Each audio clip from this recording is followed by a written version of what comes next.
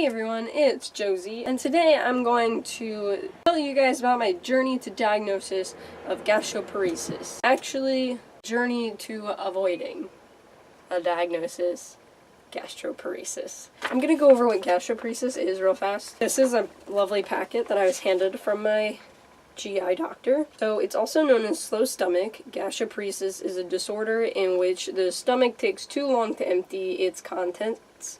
When the nerves in the stomach, especially the vagus nerve, become damaged, they can slow down or stop working. This will prevent the muscles of the stomach and intestines from working normally, and the movement of food through the stomach is slowed or stopped. There are several symptoms, which is like nausea, vomiting, early feeling of fullness when eating, a feeling of fullness in the morning, weight loss, abdominal pain, abdominal bloating.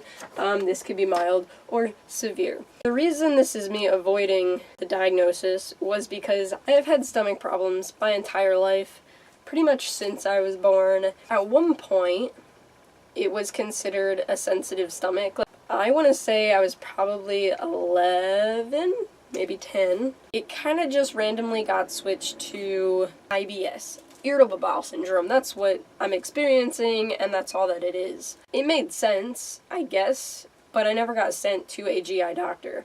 When I was diagnosed with Ehlers-Danlos syndrome, and I explained my stomach problems, the doctor even said to me that I should probably go and see a GI doctor because there seems to be some sort of other issue. Like, it might not be IBS, it might actually be something else. And the reason is because I don't think ever in my life have I been able to eat 3 meals a day.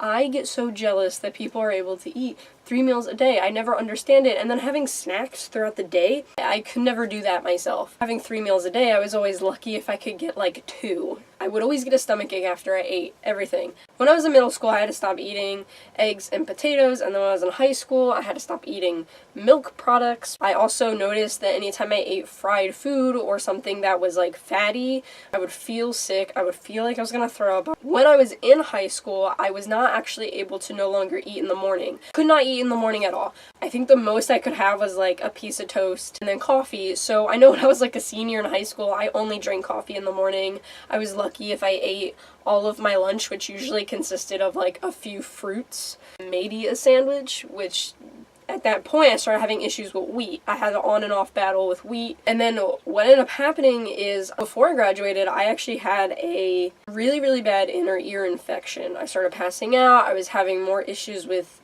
food in general. I had to take all these antibiotics to help kill it, and I guess it didn't kill it because it went down into my stomach and it created a infection somewhere in, I think it was like my stomach or my intestines. Every time I ate, I would either throw up or it would cause a lot of GI symptoms. I wasn't really able to eat like a normal person after that. I mean, I never was able to begin with. I could drink liquids all I wanted and I wouldn't have a problem. Smoothies were always something that I loved having, but it always came down to eating solid foods. When I went to the allergist, I thought I was allergic to everything, and then I found out that I had mast cell activation syndrome. I stuck to my no eggs, no milk, no potato, minimal amount of corn, wheat, and soy, because I found that those things just sometimes it would happen, sometimes it wouldn't, so let's just remove it all together and we'll see what happens. I ended up kind of putting myself on this plant-based diet, which was working okay.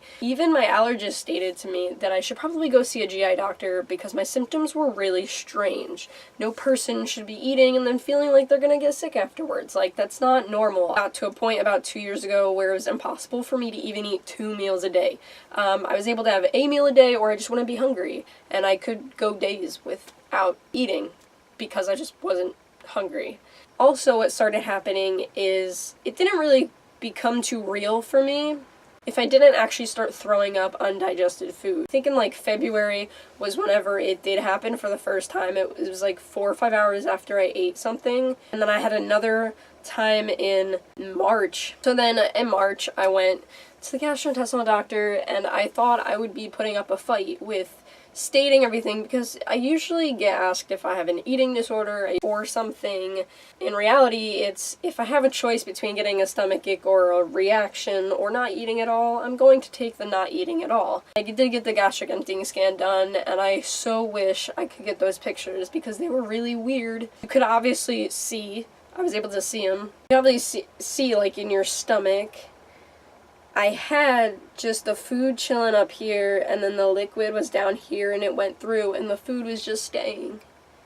And then finally, I think by like it was like at 3.5 or something, it finally started to empty. So we did get a call about a week later saying it was gastroparesis, and the person that I see does understand mast cell and Ehlers-Danlos syndrome and POTS, so not following the foods you should eat because a lot of them ram into my mast cell, low histamine, everything. But I also did get the endoscopy done. They tested me for celiac. This is my second time getting tested for celiac. I came back negative, so there's at least that. I said everything was fine. It's just trying not to throw up undigested food, which has been happening a lot more than usual, or, you know, you get this insane, if you have gastroparesis, you understand, like, you eat something, and then if your body's gonna take a long time, you start to bloat, and you look like you're pregnant, and it's really interesting, and there's so much pressure in your stomach. I don't know how long I've actually had this for. I am looking back and thinking that I probably had this for a while, but because I kind of pushed it away so much, I may have had this diagnosis earlier, but the reality of it hit me, and it's like, it's kind of hard to fully understand. It's tough to wrap my head around fully that there's a name for what's going on, and who knows how long I've had this for. But that is the story of me avoiding a diagnosis and pretty much having to give up with avoiding it and give in and go see someone for it. And I'm very happy and thankful that I have someone who understands all of these disorders, how much they can ram into each other and cause problems. So thank you all for watching. I hope you have a good day and a good week, and I will see you soon. Bye!